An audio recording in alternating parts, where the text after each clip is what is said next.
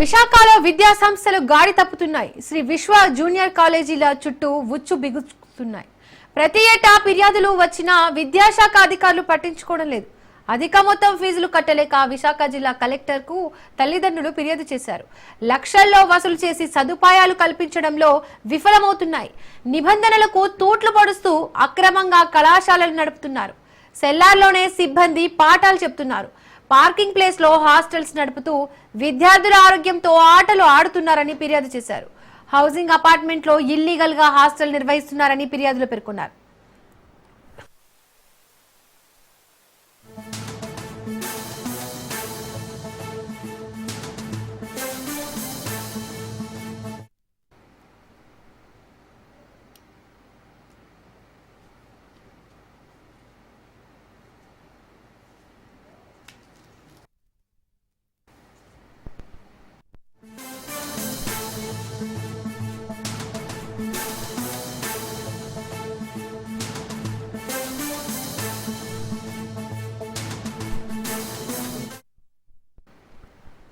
విశాఖలో విద్యా సంస్థలు గాడి తప్పుతున్నాయి. శ్రీ విశ్వ జూనియర్ కాలేజీల చుట్టూ ఉచ్చు బిగుస్తున్నాయి. ప్రతి ఏటా ఫిర్యాదులు వచ్చినా విద్యాశాఖ అధికారులు పట్టించుకోవడం లేదు. అధిక మొత్తం ఫీజులు కట్టలేక విశాఖ జిల్లా కలెక్టర్ కు తల్లిదండ్రులు ఫిర్యాదు చేశారు. లక్షల్లో వసూలు చేసి సదుపాయాలు కల్పించడంలో మాత్రం విఫలమవుతున్నాయి. నిబంధనలకు తూట్లు పొడుస్తూ అక్రమంగా కళాశాలలు నడుపుతున్నారు. సెల్లార్లోనే సిబ్బంది పాఠాలు చెప్తున్నారు. పార్కింగ్ ప్లేస్ లో హాస్టల్స్ నడుపుతూ విద్యార్థుల ఆరోగ్యంతో ఆటలు ఆడుతున్నారని ఫిర్యాదు చేశారు. హౌసింగ్ అపార్ట్మెంట్స్ లో ఇల్లీగల్ గా హాస్టల్ నిర్వహిస్తున్నారని ఫిర్యాదులో పేర్కొన్నారు.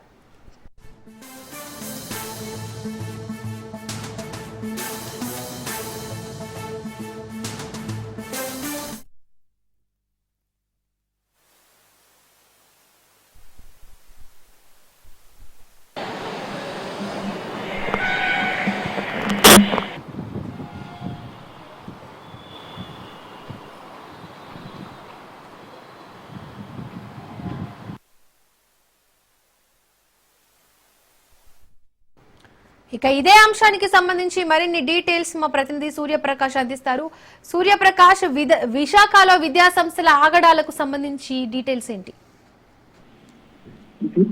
విశాఖ నగరంలో అయితే విద్యార్థులకు సంబంధించి ఈ యొక్క ప్రైవేట్ పాఠశాలలు ఏవైతే ఉన్నాయో అవన్నీ కూడా ప్రస్తుత పరిస్థితుల్లో అయితే దాష్టికంగా అయితే ప్రవర్తిస్తున్న పరిస్థితి అయితే కనిపిస్తుంది. నిత్యం ప్రజల విద్యార్థుల తల్లిదండ్రుల దగ్గర నుండి అయితే దాదాపు లక్షల్లో అయితే వసూలు చేయడం అయితే జరుగుతుంది. కానీ అందుకు తగ్గ మౌలిక వసతులతో పాటు విద్యను కూడా అందించడంలో అయితే ఈ యొక్క విద్యా సంస్థలన్నీ కూడా వెనుకబడిన పరిస్థితి అయితే కనిపిస్తుంది. ముఖ్యంగా శ్రీ విశ్వ విద్యా సంస్థలు అయితే దీనికి పూర్తిగా అయితే ప్రతిరూపంగా కనిపిస్తున్నాయి. నిత్యం కూడా వాళ్ళు లక్షల్లో ఫీజులు వసూలు చేస్తూ ఎక్కడికక్కడ దీనికి సంబంధించిన అనధికారికంగా సెల్లార్లలో కావచ్చు, అలానే పార్కింగ్ ఏరియాస్ లో అయితే ఆ యొక్క ప్రాంతాల్లో కూడా వీళ్ళు ఈ యొక్క విద్యార్థులను కూర్చోబెట్టి అక్కడ వాళ్ళని చదివించే పరిస్థితి కనిపిస్తుంది.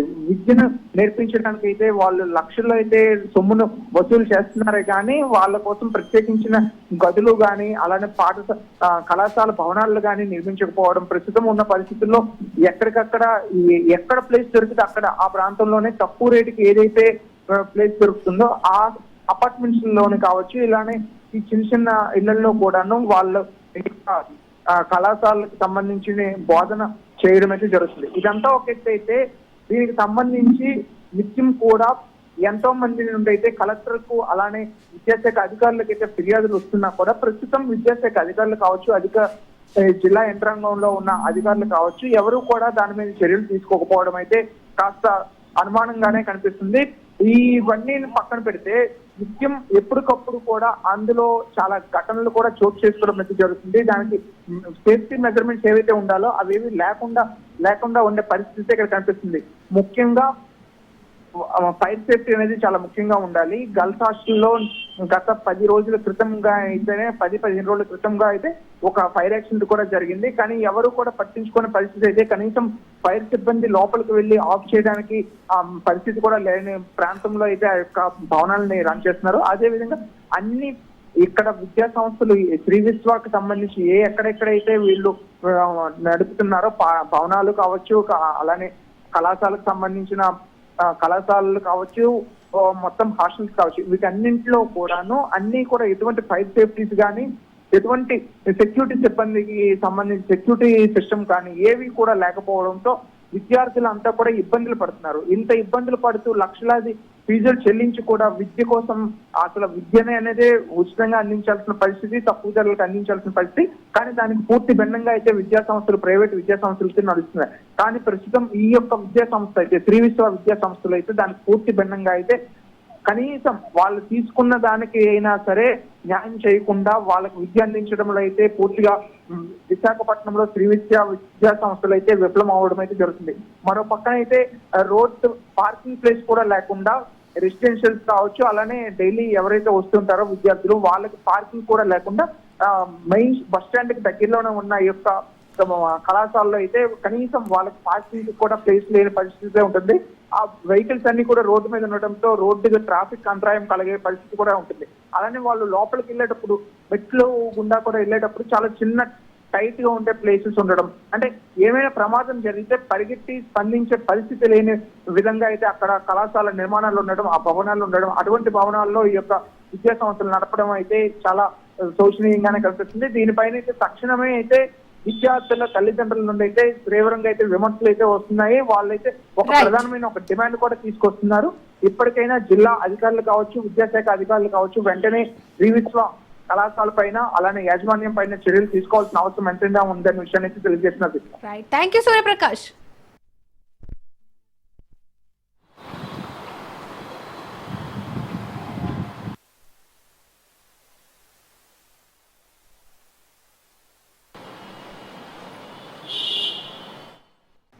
రైట్, ఇక మిథున్ రెడ్డికి రిమాండ్ విధించే అవకాశం ఉంది. ఏ మాత్రం రిమాండ్ తప్పదని తెలుస్తోంది. వైసీపీ విజయవాడ ఏసీపీ కోర్టులో వాదనలు ముగిశాయి. న్యాయస్థానంలో మిథున్ రెడ్డి అరెస్ట్, లిక్కర్ కేసుపై వాదనలు జరిగాయి. సిట్ తరపున వాదనలు న్యాయవాది కోటేశ్వరరావు, మిథున్ రెడ్డి తరపున న్యాయవాది నాగార్జున రెడ్డి వాదనలు వినిపించారు. మిథున్ రెడ్డికి రిమాండ్ విధించాలని న్యాయస్థానాన్ని సిట్ కోరింది. దీనికి డిఫెన్స్ న్యాయవాదులు ఏమాత్రం అభ్యంతరం తెలపలేదు. దీంతో లంచ్ బ్రేక్ తర్వాత నిర్ణయం వెల్లడిస్తామని న్యాయమూర్తి చెప్పారు. దీంతో లంచ్ బ్రేక్ తర్వాత కోర్టు ఏం తీర్పునిస్తుందనేది ఆసక్తికరంగా మారింది.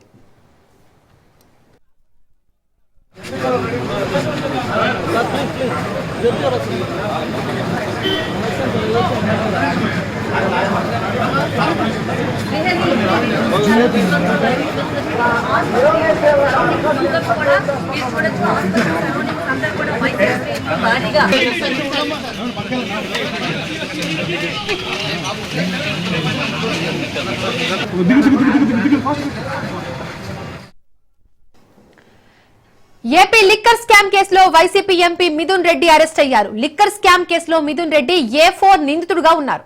కాగా ఈ కేసుకు సంబంధించి సిట్ అధికారులు మిథున్ రెడ్డిని విచారణకు పిలిచి 6 గంటల పాటు ప్రశ్నించారు.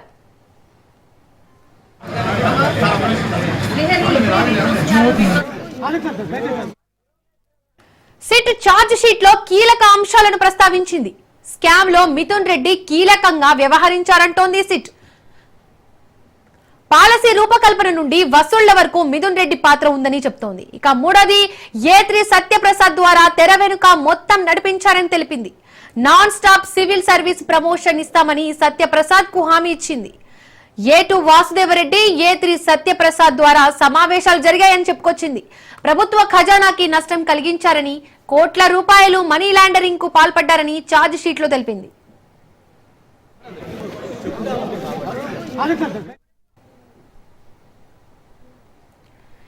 మిథున్ రెడ్డి విచారణ ఈ కేసులో కీలకంగా భావిస్తున్న సిట్ లిక్కర్ కేసు ప్రాథమిక ఛార్జ్ షీట్లను కోర్టుకు తీసుకెళ్లారు. 300 పేజీలతో కూడిన ఈ ఛార్జ్ షీట్ లో 100కు పైగా RFSL నివేదికలు పొందినట్లుగా సమాచారం. 62 కోట్లు సీజ్ చేసినట్లు సిట్ అధికారులు ఛార్జ్ షీట్ లో తెలిపారు. ఈ కేసుకు సంబంధించి ఇప్పటి వరకు 268 మంది సాక్షులను సిట్ విచారించింది.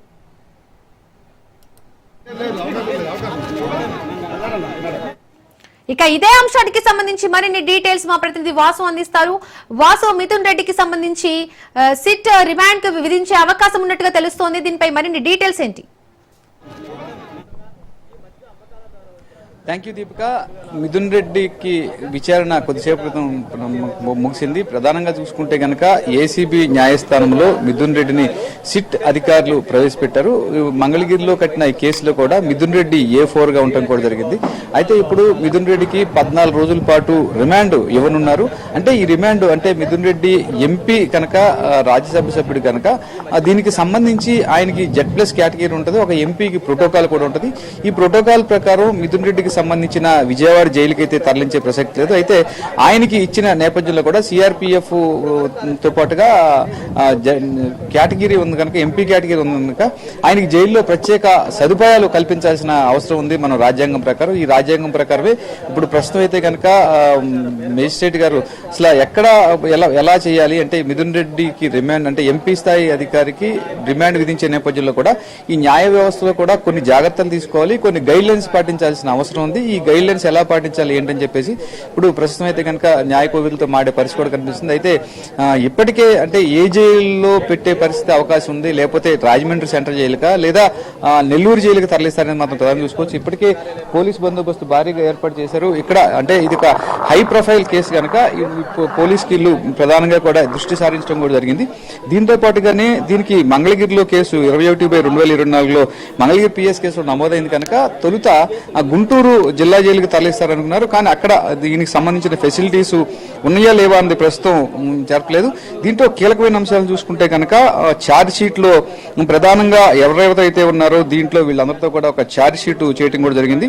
పోలీసులు సిట్ ఆధారంగా సాంకేతిక ఆధారంగా కూడా దీంట్లో మొత్తం 300 పేజీల ఛార్జ్ షీట్ ని, ప్రిలిమినరీ ఛార్జ్ షీట్ వేశారు.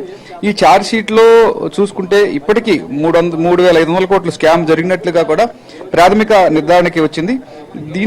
ఈ తొలి ఛార్జ్ షీట్ లో మిథున్ రెడ్డి పేరు ఖచ్చితంగా స్పష్టంగా పేర్కోవడం జరిగింది. అయితే దర్యాప్తులో భాగంగానే మరొకసారి ఛార్జ్ షీట్ వేసుకునే అవకాశం ఉంది. గతంలో కూడా కొంతమందిని విచారించి వాళ్ళందరినీ కూడా రిమాండ్ లో ఉండటం కూడా జరిగింది. అయితే మిథున్ రెడ్డి తరపు న్యాయవాదులు నాగార్జున రెడ్డి ఇప్పటికే వాదనలు వినిపించారు. దీంట్లోనే చూసుకుంటే కనుక మిథున్ రెడ్డికి ఎంపీగా ఉన్నాడు కనుక ప్రత్యేకంగా ఆయన పార్లమెంటరీ సమావేశాలకు హాజరు కావాల్సింది, బెయిల్ ఇవ్వమని చెప్పేసి కూడా దాంట్లో ఫస్ట్ అభ్యర్థించారు. అలా బెయిల్ ఇవ్వని పక్షంలో కనుక అవకాశం ఉంటే కనుక ప్రోటోకాల్ పాటించాలి, ఖచ్చితంగా చట్టపరంగా ఏదైతుందో ఆ ప్రోటోకాల్ పాటించాలని చెప్పేసి కూడా చెప్పారు. అయితే ఏసీబీ కోర్టులో ధనంజయ రెడ్డి కానీ, ఛార్జ్ షీట్ లో కృష్ణమోహన్ రెడ్డి కానీ, బాలగోవింద పేర్లు కానీ ప్రస్తుతానికైతే లేవు. వీరందరినీ కూడా ఎక్కడి నుంచి ఎక్కడికి టెక్నాలజీ ప్రకారం ఎలా వచ్చింది ఏంటి అని చెప్పేసి తదుపరి ఛార్జ్ షీట్ లో వేసే పరిస్థితి కూడా కనిపిస్తుంది. అయితే 20 రోజుల్లో కూడా మరొక ఛార్జ్ షీట్ దాఖలు చేస్తామని పోలీసులు చెప్తున్నారు. అయితే మిథున్ రెడ్డిని మరికొద్ది సేపట్లో కూడా ఖచ్చితంగా రిమాండ్ విధించే అవకాశం ఉంది. అయితే దీనికే ఇప్పటికే మనకి సజ్జల రామకృష్ణారెడ్డి గారు కూడా ఇందాక మీడియా సమావేశంలో మాట్లాడటం కూడా జరిగింది. ఇది కావాలని అంటే చంద్రబాబు నాయుడు చేస్తూ కుట్ర, అంటే ఈ అన్ని సాక్ష్యాలన్నీ కూడా సేకరించారు కానీ ఏమీ లేవని చెప్తున్నారు. ఈ కేసు నిలబడే పరిస్థితి కూడా లేదు, కావాలని ఉద్దేశపూర్వకంగా ఇబ్బందులు పెడుతున్నారు. ఏదైతే ప్రజలు గెలిపించారో ఆ ప్రజలు గెలిపించిన దాని కాకుండా కక్షపూరితంగానే కుట్రపూరితంగా వ్యవహరిస్తున్నారని చెప్పేసి కూడా ప్రధానంగా ఈ వైసీపీ పార్టీ నుంచి కూడా సజ్జల రామకృష్ణారెడ్డి కూడా ఇందాక వరకు కూడా చెప్పడం కూడా జరిగింది. అయితే దీంట్లో ప్రధానంగా చూసుకుంటే కనుక ఈ లిక్కర్ స్కామ్ లో ప్రధాన నిందితుల్లో A4 గానే మిథున్ రెడ్డి వ్యవహరించారు.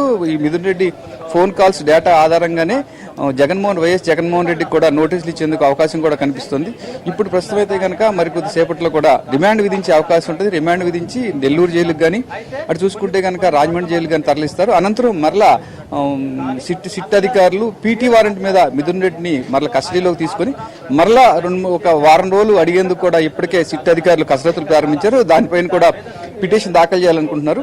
దీంట్లో మరలా మిథున్ రెడ్డి ఏం చెప్తారు, ఆయన వాంగ్మూలం ఎలా ఉంటుంది, ఈ వాంగ్మూలాన్ని బట్టి ఆయన ఇచ్చే ఆధారాలను బట్టి ఏదైతే దీనికి సంబంధించి సాక్షులు వీరందరి వద్ద నుంచి సేకరించిన ఆధార క్రోడీకరించుకొని మరలా దీంట్లో ఇంకెవరైనా ఉన్నారా అంటే వైఎస్ జగన్మోహన్ రెడ్డితో పాటుగా ఇంకెవరైనా ఉన్నారా అనే కీలకమైన ఆధారాలతో కూడా మరికొంత మంది పైన కూడా ఛార్జ్ షీట్ దాఖలు చేసి ఛార్జ్ షీట్ ఆధారంగా కూడా అరెస్టులు చేయడం కానీ, ముందస్తుగా వాళ్ళకి నోటీసులు ఇచ్చి పిలిపించి వాళ్ళ వద్ద నుంచి కూడా స్టేట్మెంట్ రికార్డ్ చేయడం కానీ జరిగే పరిస్థితి కూడా కనిపిస్తుంది. దీపిక మరికొద్ది సేపట్లో కూడా మిథున్ రెడ్డిని రిమాండ్ విధించి రాజమండ్రి సెంట్రల్ జైలుకి కానీ, నెల్లూరు కానీ తరలించే అవకాశం కూడా కనిపిస్తుంది. దీపిక, వాసు స్కామ్ లో మిథున్ రెడ్డి కీలకంగా వ్యవహరించారంటుంది సిట్, ఇంకా ఏం వివరాలు చెప్తోంది? అంటే ప్రధానంగా దీంట్లోనే మిథున్ రెడ్డి కీలకంగా వ్యవహరించారని చెప్పేసి మాత్రం ప్రస్తుతం సిట్ అధికారులు దర్యాప్తు చేస్తున్నారు. తొలుత నుంచి కూడా ఈ కేసులో 4వ నెలలో కేసు కట్టినప్పటి నుంచి కూడా వివిధ సెక్షన్ల కింద కేసు నమోదు చేయడం కూడా జరిగింది.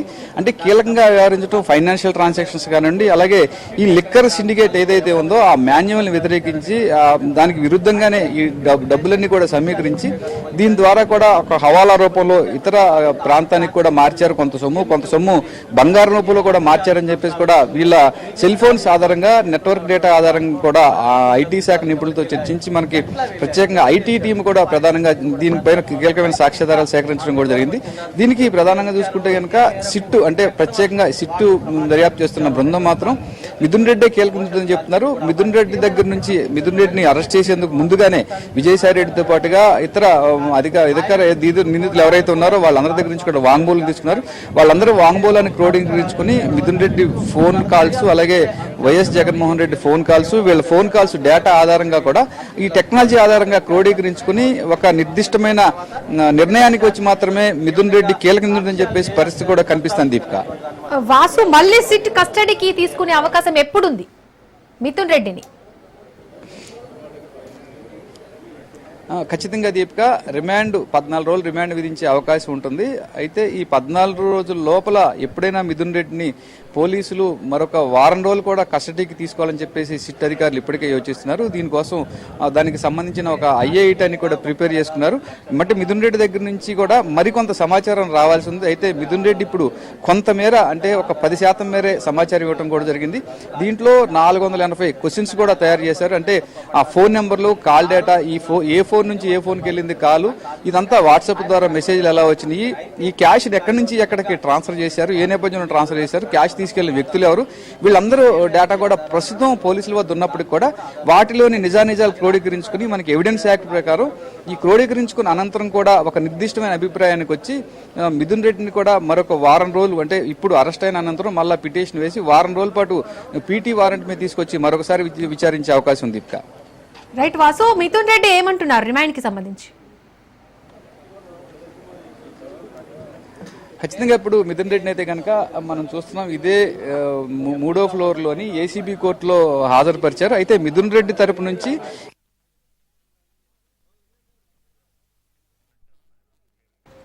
Right Vasu, thank you.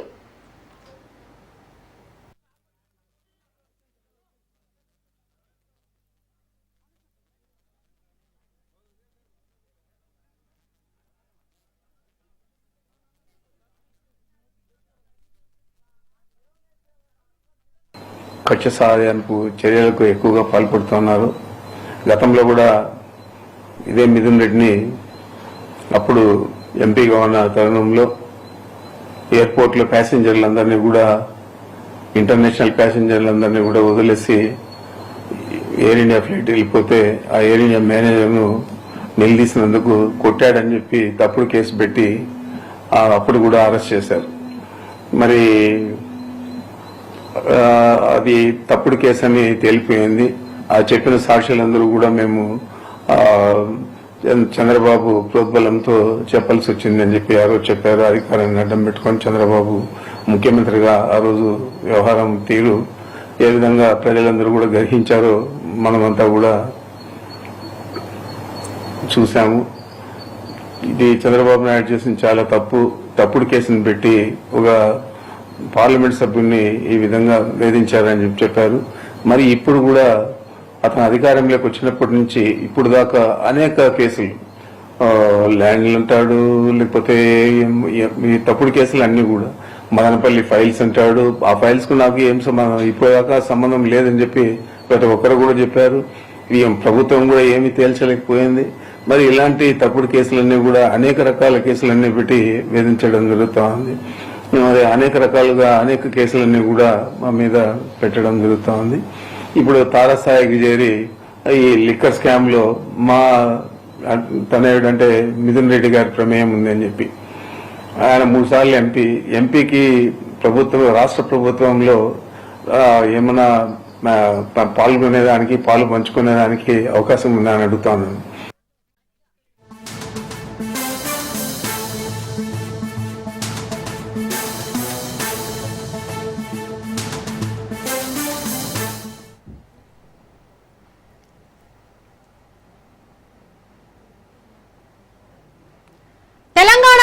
4 రోజుల పాటు విస్తారంగా వర్షాలు కురవనున్నట్లు వాతావరణ శాఖ అధికారులు తెలిపారు. పలు జిల్లాలకు యెల్లో అలర్ట్ జారీ చేసింది వాతావరణ శాఖ. సిటీలో తేలికపాటి నుండి మోస్తారు వర్షాలకు అవకాశం ఉంది. అన్ని జిల్లాల్లో ఉరుములు మెరుపులతో కూడిన వర్షాలు పడనున్నట్లు తెలుస్తోంది. ప్రజలు అప్రమత్తంగా ఉండాలని వాతావరణ శాఖ అధికారులు తెలిపారు.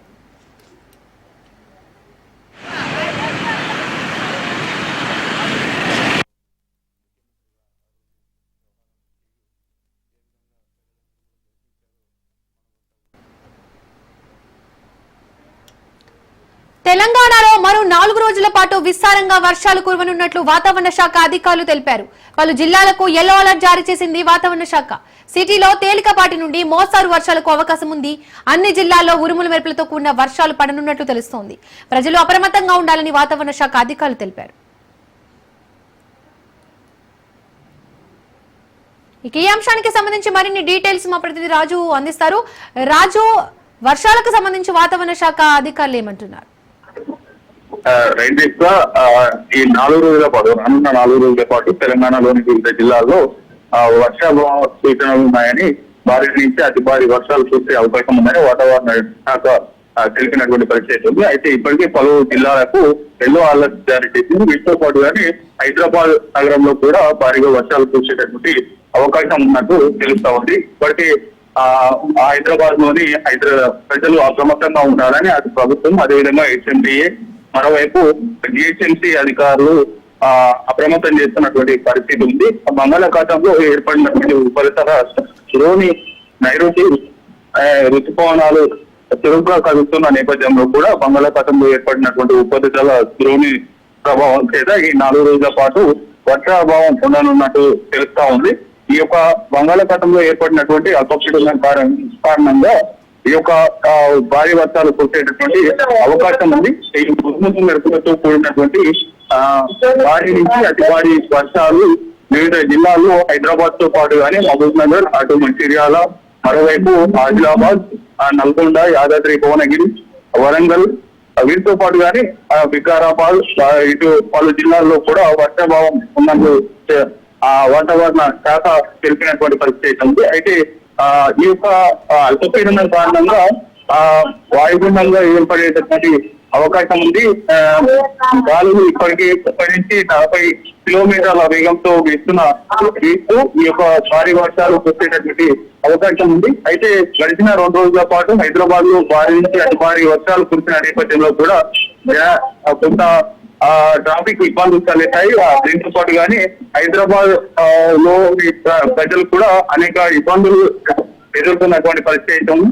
దీని నేపథ్యంలో కూడా రానున్న 4 రోజుల పాటు వర్షాభావ సూచన ఉన్న నేపథ్యంలో కూడా అప్రమత్తంగా ఉండాలి అనేది కూడా వాతావరణ శాఖ సూచనలు చేసినటువంటి పరిస్థితి ఉంది. మరోవైపు ఈ యొక్క హైదరాబాద్ లో ఈ వర్షం, చిన్నపాటి వర్షం కురిస్తేనే కిలోమీటర్ల మేర ట్రాఫిక్ జామ్ అయ్యేటటువంటి కూడళ్లలో కూడా ప్రత్యేకించి ఇప్పటికే అధికారులు ప్రత్యేక ఏర్పాట్లు చేస్తా ఉన్నారు.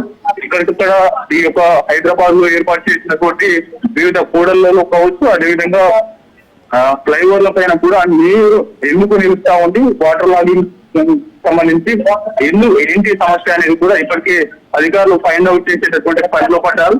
ప్రధానంగా ఈ యొక్క వాటర్ లాగింగ్స్ ఎక్కువగా ఉండేటటువంటి ప్రాంతాలను వాటర్ ని క్లియర్ చేసేందుకు కూడా అధికారులను ఎప్పటికప్పుడు అప్రమత్తం చేస్తున్నటువంటి పరిస్థితి ఉంది. అటు ఎన్డీఆర్ఎఫ్ బృందాలతో పాటు ఎన్డీఆర్ఎఫ్ బృందాలు నగరంలో ఉన్నటువంటి హైడ్రా, దీంతో పాటు కానీ పలు అధికార యంత్రాంగం కూడా ఈ యొక్క ఎక్కడికక్కడ ప్రజలు ఇబ్బందులు తలెత్తకుండా వాహనదారులు కూడా అప్రమత్తంగా ఉండాలి. ఇక్కడ నీరు నిలిచి బాగా నిలిచిపోయినటువంటి ప్రాంతాల్లో అప్రమత్తంగా ఈ యొక్క ప్రయాణాలు చేయాలనేది కూడా అటు ట్రాఫిక్ పోలీసులు సూచిస్తున్నటువంటి పరిస్థితి అయితే ఉంది. రానున్న 4 రోజుల పాటు కూడా ఈ యొక్క వర్షాలు భారీగా కురిసేటటువంటి అవకాశం ఉందని వాతావరణ శాఖ తెలిపిన నేపథ్యంలో కూడా ప్రజలు అప్రమత్తంగా ఉండాలని సూచించినటువంటి పరిస్థితి ఉంది. తెలంగాణలోని పలు జిల్లాల్లో యెల్లో అలర్ట్ జారీ చేసింది. అంటే భారీ నుంచి అతి భారీ వర్షాలు కురిసేటటువంటి అవకాశం ఉంది. మరికొన్ని జిల్లాలకు మోస్తారు వర్షం కురిసేటటువంటి ఛాన్స్ అయితే కనిపిస్తా ఉంది. థ్యాంక్ యూ రాజు.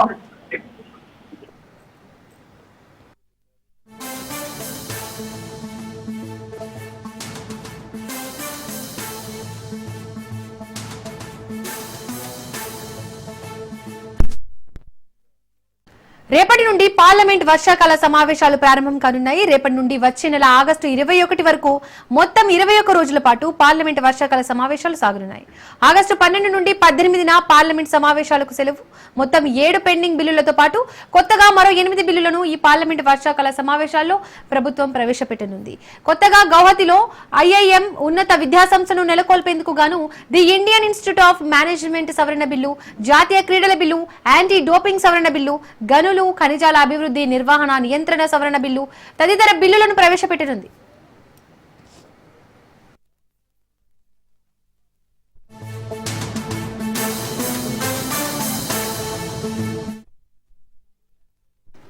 అలాగే రాజ్యసభ, లోక్సభ ఆమోదం పొందాల్సిన పెండింగ్ లో ఉన్న పలు బిల్లులు ఈ సమావేశాల్లో ఆమోదం పొందే అవకాశం ఉంది.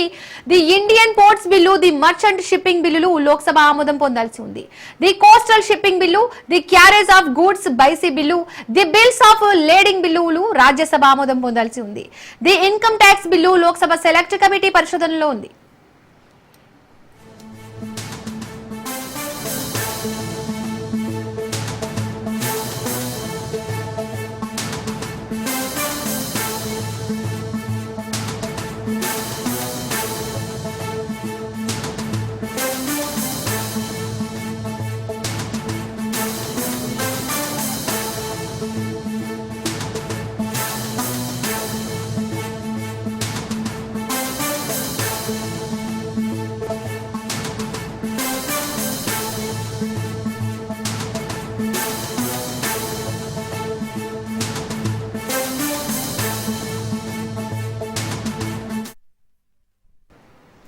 రేపటి నుండి జరగనున్న పార్లమెంట్ సమావేశాల నేపథ్యంలో ఢిల్లీలో కేంద్రం ఆధ్వర్యంలో అఖిలపక్ష సమావేశం ప్రారంభమైంది.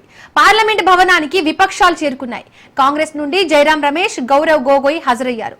ఎన్సీపీ నుంచి సుప్రియా సూలే, టీడీపీ నుండి లావు శ్రీకృష్ణదేవరాయలు, వైసీపీ నుండి పిల్లి సుభాష్, గురుమూర్తి హాజరయ్యారు. బీఆర్ఎస్ నుండి సురేష్ రెడ్డి, జనసేన నుండి బాలశౌరి అఖిలపక్ష భేటీలో పాల్గొన్నారు. పార్లమెంట్ సమావేశాల్లో బిల్లులు, అజెండాను అఖిలపక్షానికి కేంద్ర ప్రభుత్వం వివరిస్తోంది. సమావేశాలకు సహకరించాలని విపక్షాలు కోరుతుంది.